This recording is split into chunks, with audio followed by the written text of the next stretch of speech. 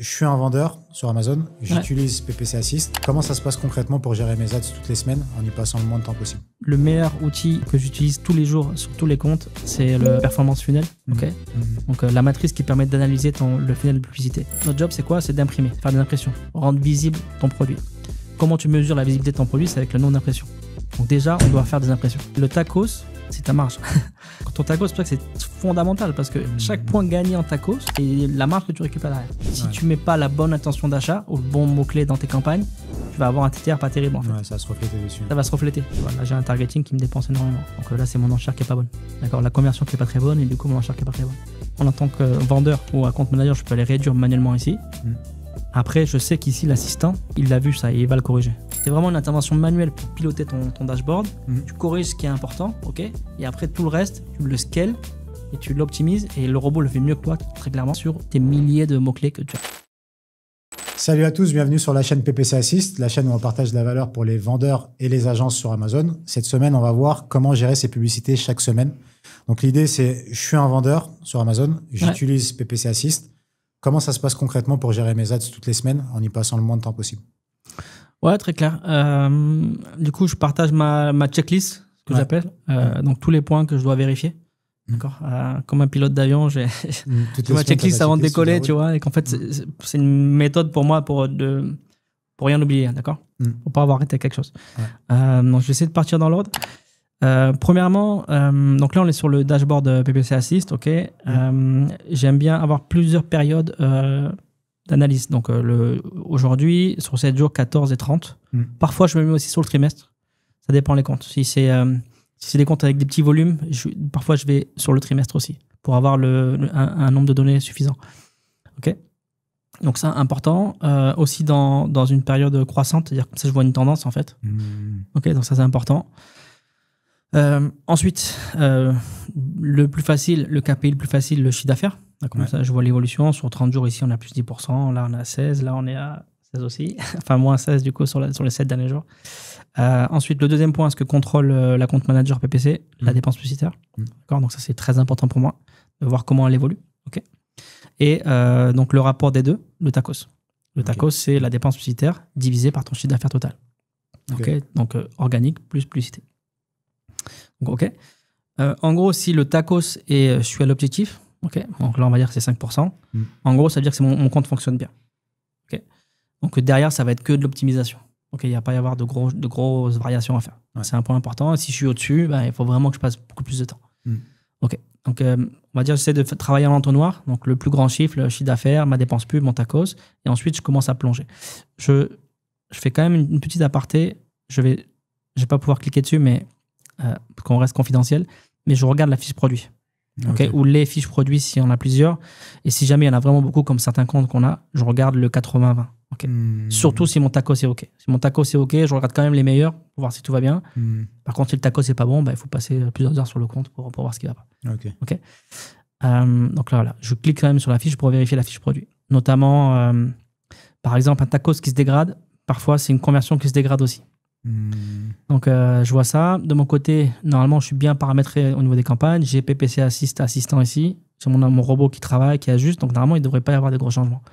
Et parfois, en fait, donc c'est une dégradation de la conversion. Donc je vais voir la fiche produit et je vois que le prix a augmenté. Ou le prix, il y a un prix à sauter. Par exemple, des fois dans les catalogues, quand on réintègre certaines marques réintègrent en Google Sheet les produits, ils se trompent sur le prix. Ils étaient à 29, ils sont passés à 69. Voilà, c'est ce genre de choses que je dois vérifier quand même.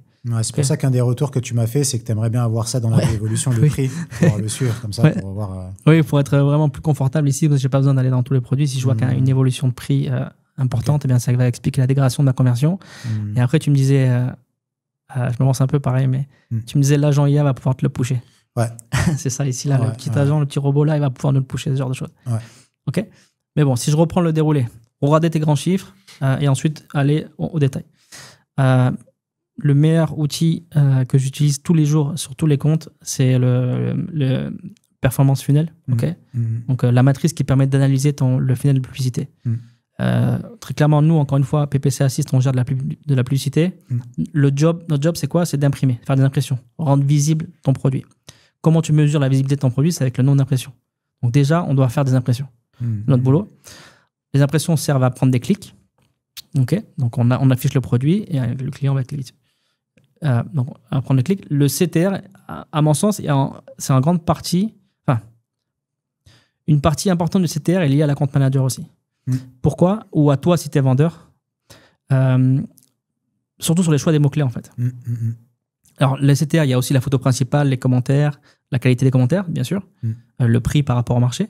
Mais il y a aussi le fait de t'afficher en publicité, en tout cas, parce que là, ici, c'est que les pubs. OK, il n'y a pas d'organique là-dedans. C'est de t'afficher sur la bonne intention d'achat.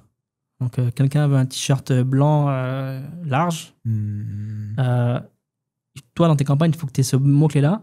Et comme ça, la personne qui cherche ça, tu pushes au bon endroit. Si tu ne mets pas la bonne intention d'achat ou le bon mot-clé dans tes campagnes, tu vas avoir un TTR pas terrible, en fait. Ouais, ça va se refléter dessus. Ça va se refléter. Le champ lexical, encore une fois, ici, est assez important pour avoir un bon CTR.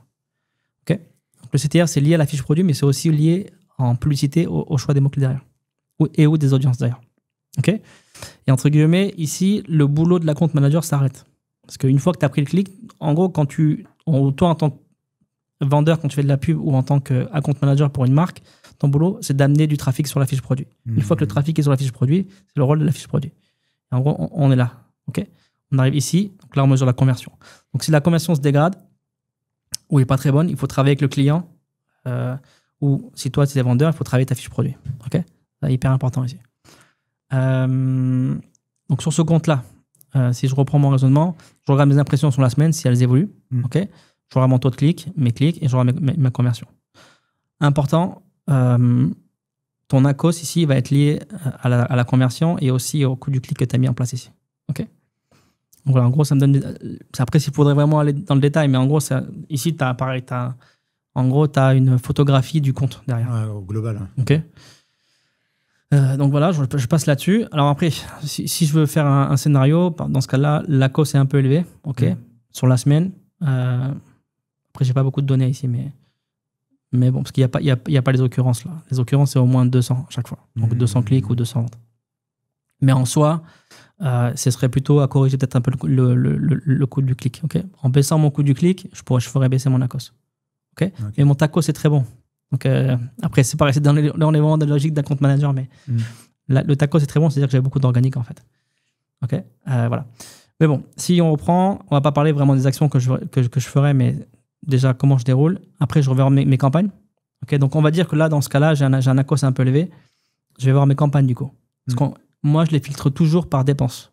Okay. Donc, de façon décroissante. Donc, les campagnes qui me dépensent le plus. Pareil, toujours dans l'idée de faire du 80-20. Parce que si je corrige c'est les 2 premières campagnes, je vais corriger mon compte. Donc là, j'ai des campagnes qui ont des ACOS très élevés. Okay. Il faudrait que j'aille voir ce qui se passe. OK. Je peux cliquer directement dans la campagne ici pour aller voir. C'est une campagne automatique, c'est souvent le cas d'ailleurs. Je pourrais cliquer sur la campagne pour voir ce qui se passe. Mais il y a aussi ça. On peut aussi passer comme ça en targeting. Donc on est au niveau en dessous. D'accord. Et on peut filtrer tous les targeting sur lesquels on fait de la publicité. Enfin, tous les mots-clés en français ou les termes de recherche plutôt, pour inclure les asines, sur lesquels on fait de la pub. De toutes nos campagnes, tous nos produits. Et pareil, on peut les filtrer par dépenses et on voit les targeting qui nous dépensent le plus. Okay. Et en gros, si on corrige les premiers, on va pouvoir... Tu vois, là, j'ai un targeting qui me dépense énormément. Okay.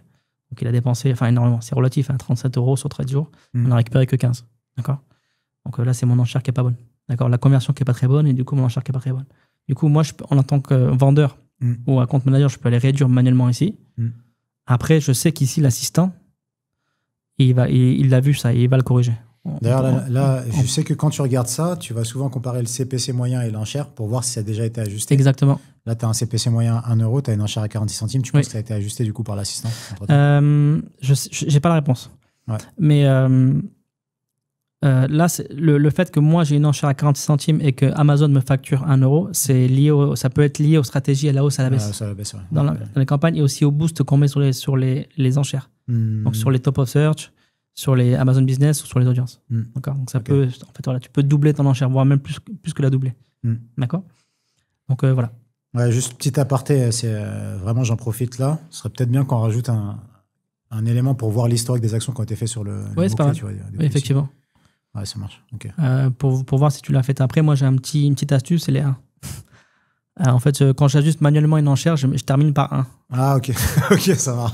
On va rajouter quelque chose pour pouvoir mieux traquer ça.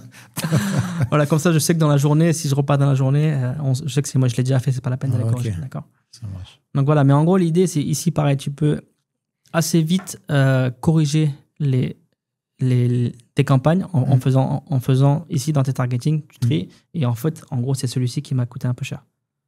Okay. Encore une fois, c'est relatif, hein, c'est une trentaine d'euros sur 7 jours. C'est pas... La cause paraît élevée, mais en dépenses, c'est pas très élevé. D'accord. Donc il y a ça. Et il y a un truc qui est super bien. C'est ça aussi. Le target breakdown, c'est la même chose, sauf que c'est une vue différente qui est aussi intéressante. En fait, ici, tu peux voir les termes de recherche qui n'ont pas converti.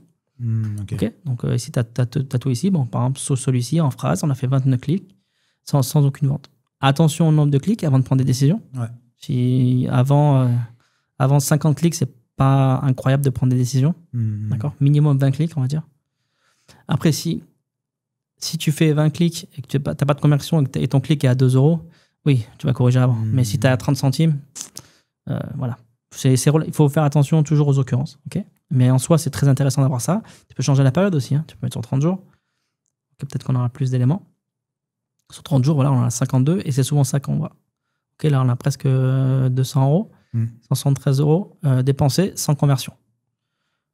Pareil.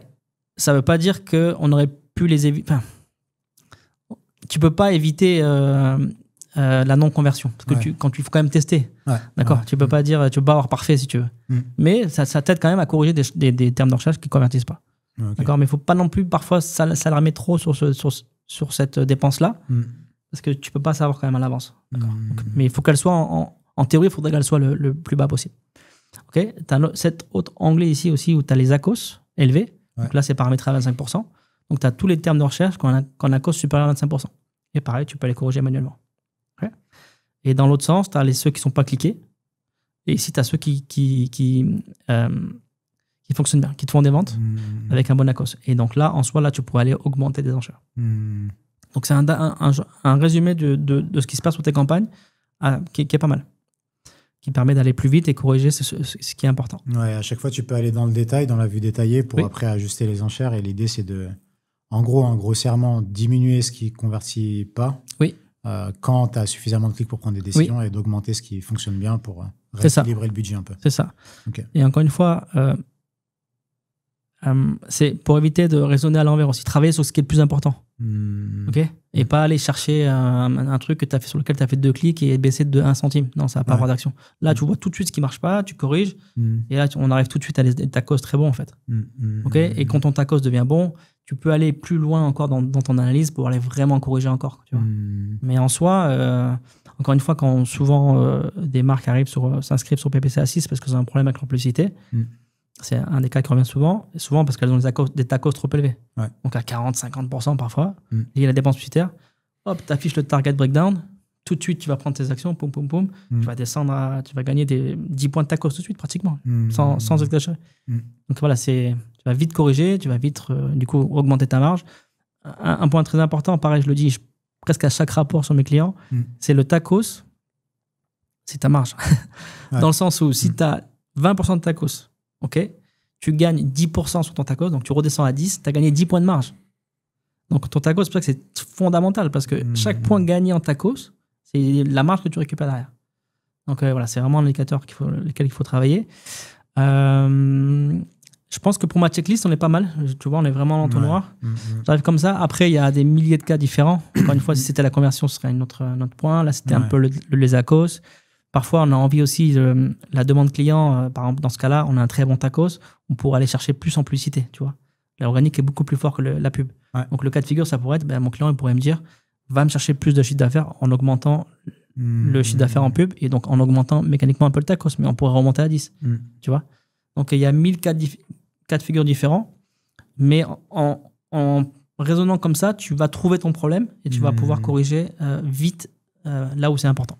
Ok, donc tu pars vraiment du tacos, déjà de la base, l'indicateur le plus important, et après c'est 80-20 à chaque fois sur 80-20 à chaque fois, sur les ciblages, et tu ajustes un petit peu.